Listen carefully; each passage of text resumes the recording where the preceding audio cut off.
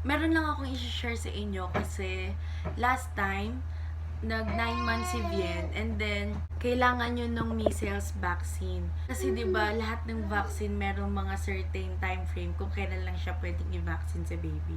So, na-curious ako kung baka kasi mag-lapse or baka hindi niya na ma-take after ng quarantine yung vaccine na yun. So, napaisip ako kung paano ang gagawin ko sa vaccination niya. So, nag scroll ako sa newsfeed ko.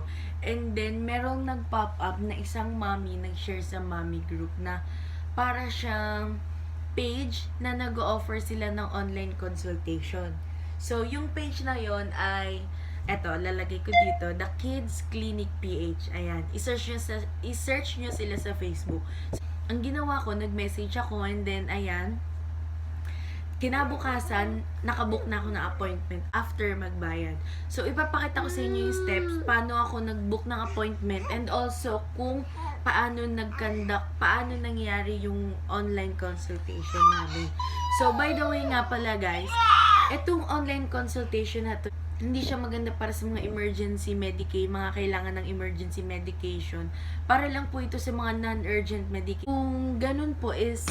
Kung ganun po ang kailangan nyo is hindi siya advisable and ina-advise na lang po nila na dumaretso sa ER kung ganun.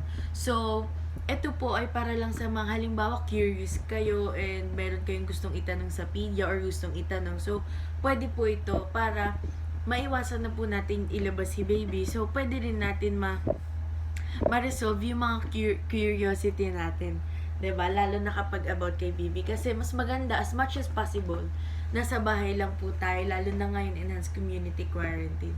So, naisipan ko lang din i-share sa inyo to kasi alam naman natin, ang likot ni Bien. Dito ka na.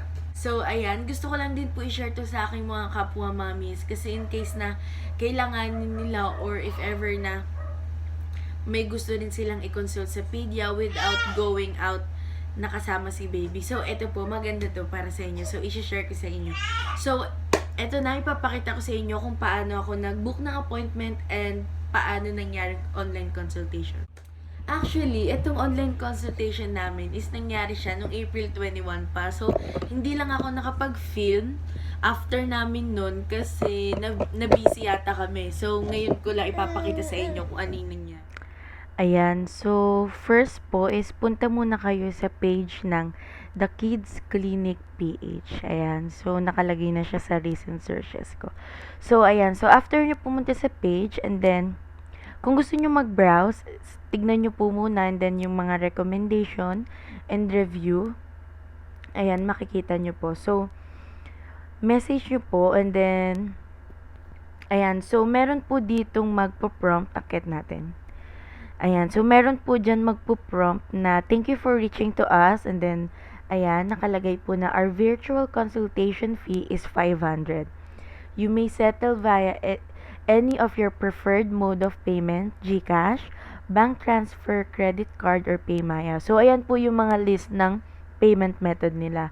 And also, nag-accept din po sila ng letter of authorization from any of your health cards.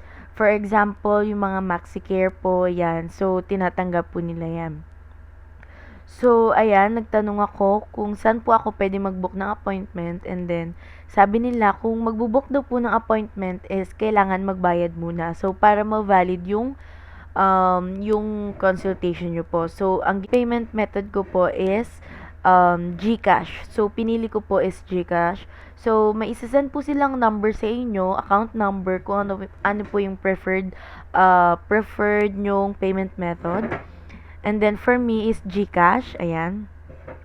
So, isa-send nyo po yung proof of payment after nyong magbayad para ma-acknowledge po nila na nagbayad na kayo. So, ayan. After nyo pong magbayad is, bibigyan kayo ng isang form para ma-finalize yung appointment. So, ayan po, name of patient, birthday, weight, mobile number, email address, and preferred date and time po ng appointment. So, dapat po, sure kayo dun sa appointment kasi yun din po yung time na ibubukay ni doktora. So, yun po. And then, please indicate yes if you have read and agreed to terms and agreements. So, after this message is meron pong terms and condition dito. Pwede nyo rin pong basahin. So, ang consultation po nila is Monday to Saturday, 10 a.m. to 12 noon.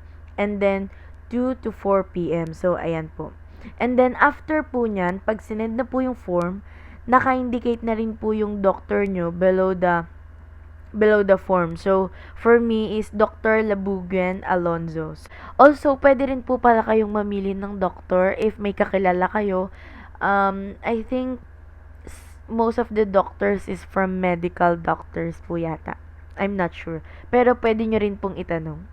Isisend nyo na po yung details and ime-message po kayo ni doktora para sa link ng virtual consultation. After nyo magbayad pala is, bibigyan din po kayo ng guide para prepare kayo once na virtual consultation na po kayo. So, para kung ano man po yung tanungin ni doktora is ready na po kayo sa mga kailangan. So, ayan. Ayan po, basahin nyo na lang din po. So, meron pong sinendin sa akin ulit na message. Mobile app link po yung sinend sa akin. So, schedule namin. So, after po nun, pag na-download nyo na po yung application and mag-aantay na lang po kayo kung ano po yung date and time na binook nyo. I-update din po kayo ng doktor nyo 15 minutes or 10 minutes before po ng actual consultation nyo. So, ayun po. Ganun yung paano mag-book ng appointment. So, ipapakita ko na din po sa inyo kung paano kami nag-consult ni doktor.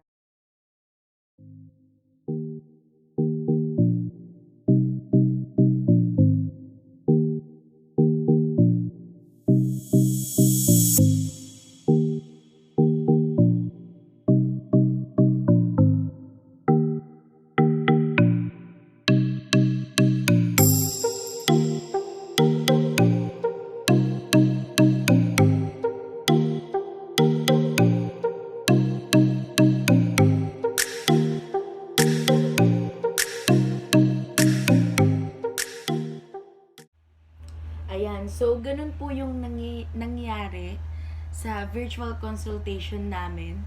And for me, yung experience ko is super satisfied ako kasi lahat ng questions ko, lahat ng mga kailangan kong itanong kay doktora is nasagot niya naman. Yun nga lang, nagkaroon lang ako ng error sa cellphone ko yata kasi bigla siyang naghang.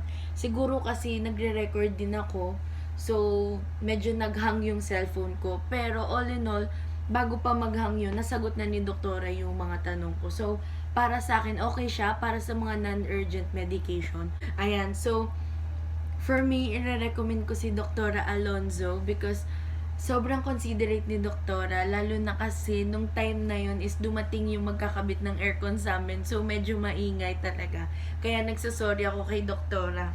So, ayun, naging okay naman yung consultation namin and overall, 5 stars ang rate ko para sa application na to kasi natutulungan niya yung mga mommies na still gusto pa rin magpa-consult sa doctor and as well as doctors kasi natutulungan din nila yung mga mommies and mga babies na nangangailangan ng advices nila since syempre sa panahon ngayon na medyo risky lumabas and syempre as much as possible is yung health pa rin ni baby ang ano natin priority. So ayan lang, sana ay